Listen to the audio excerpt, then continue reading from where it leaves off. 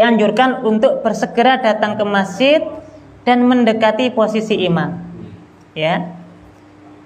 Di antara dalil tentang anjuran berangkat lebih awal pada saat melakukan sholat Jumat, misalnya hadis Nabi Sallallahu Alaihi Wasallam dari sahabat Abu Hurairah, Nabi bersabda, "Idza kana yaumal Jum'ah, kana ala rajulin, kana ala kulli babin min abwabil masjid malaikah." Kalau sudah datang hari Jumat, maka setiap pintu masjid itu sudah ada malaikat yang menjaganya. Apa yang dilakukan oleh malaikat ini? Yaktubunal awwal fal awwal. Maka malaikat ini mencatat siapa orang yang datang lebih awal, dia akan ditulis oleh malaikat, oh ini si fulan datang lebih awal, oh si fulan datang berikutnya, si fulan datang berikutnya. Ditulislah yang berangkat pertama, dialah yang masuk pertama. Fa idza jalasal imam, kalau imam sudah datang, kemudian sudah duduk hendak mulai khutbahnya, tawu as-suhuf, maka malaikat ini menutup lembaran buku-bukunya.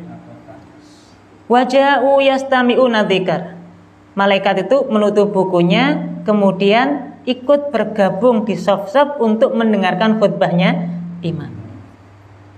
Jamaah yang dirahmati Allah, hadis ini menunjukkan kepada kita bahwa setiap orang yang datang lebih awal itu ada catatannya sendiri. Ya. Dan catatan malaikat ini tidak selamanya, tapi berakhir ketika imam sudah naik mimbar. Maka catatan bukunya ini ditutup oleh malaikat karena malaikat juga mau dengarkan khutbah. Ngapunten nggih Bapak-bapak, ngapunten nggih. Malaikat saja nutup bukunya untuk mendengarkan khutbah. Kita tidur waktu khutbah gitu. Iya kan? Gitu mboten. Iya. Jadi malaikat itu karena memang hendak mendengarkan khutbah bersama khotib itu ya, itu buku catatan amalnya ditutup gitu. Lah, yang sudah masuk masjid ditinggal tidur masalahnya. Ya kan, nggak tahu ya kenapa yang namanya sholat Jumat itu waktu khutbah dimulai itu saking kuatnya setan atau gimana wallahu alam ya. Tapi yang jelas mulai salam itu loh sudah tidur biasanya. Bangun-bangun ketika sudah salam terakhir gitu. Nah, kemudian jamaah dirahmati Allah, hadis ini menyampaikan kepada kita bahwa kita dianjurkan untuk datang lebih awal supaya apa? Kedatangan kita ini dicatat oleh malaikat. Dicatat oleh malaikat ya. Bahkan ada keutamaan yang lain, misalnya hadis dari sahabat Abu Hurairah juga, Nabi SAW pernah bersabda, "Man igtasala yaumal jum'ah." Barang siapa yang mandi besar pada hari Jumat sebagaimana mandi jinabat. Ya, summa roha faka'annama qaraba badanah. Maka bagi orang yang datang pertama tadi seolah-olah pahalanya berkorban dengan korban unta. Wa man roha fi sa'atsaniyah. Orang yang datang di waktu yang kedua, faka'annama qaraba baqarah, seperti berkorban dengan seekor sapi. Wa man roha fi sa'atsalisa. Barang siapa yang datang di jam yang ketiga, faka'annama qaraba kabshan aqran, seolah-olah dia berkorban dengan korban kambing yang bertanduk. Wa man roha fi sa'arabi'ah. Orang yang datang di waktu yang keempat, faka'annama qaraba dajaja, maka dia seperti berkorban ayam. Wa man roha fi sa'al khamisah.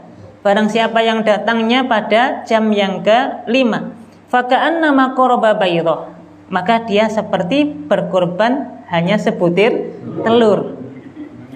Fa idza kharaja al-imam hadaratil malaikah yastami'una dzikr.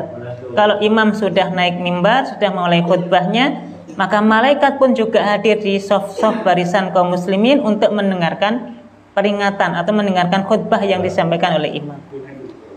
Ini menunjukkan bahwasannya orang yang datang lebih awal pada saat hari sholat Jumat, dia dapat keutamaan. Apa keutamaan? Keutamaan yang pertama adalah dicatat di bukunya malaikat. Yang kedua, seolah-olah dia berkorban seperti berkorban unta. Ya. Nah, orang yang datang di waktu yang kedua berkurang kualitas korbannya ya, berkorban seperti sapi. Orang yang datang di jam berikutnya berkorbannya seperti berkorban kambing, lebih berkurang lagi kualitasnya. Orang yang datang ke jam yang keempat, korbannya lebih kecil lagi, berupa ayam.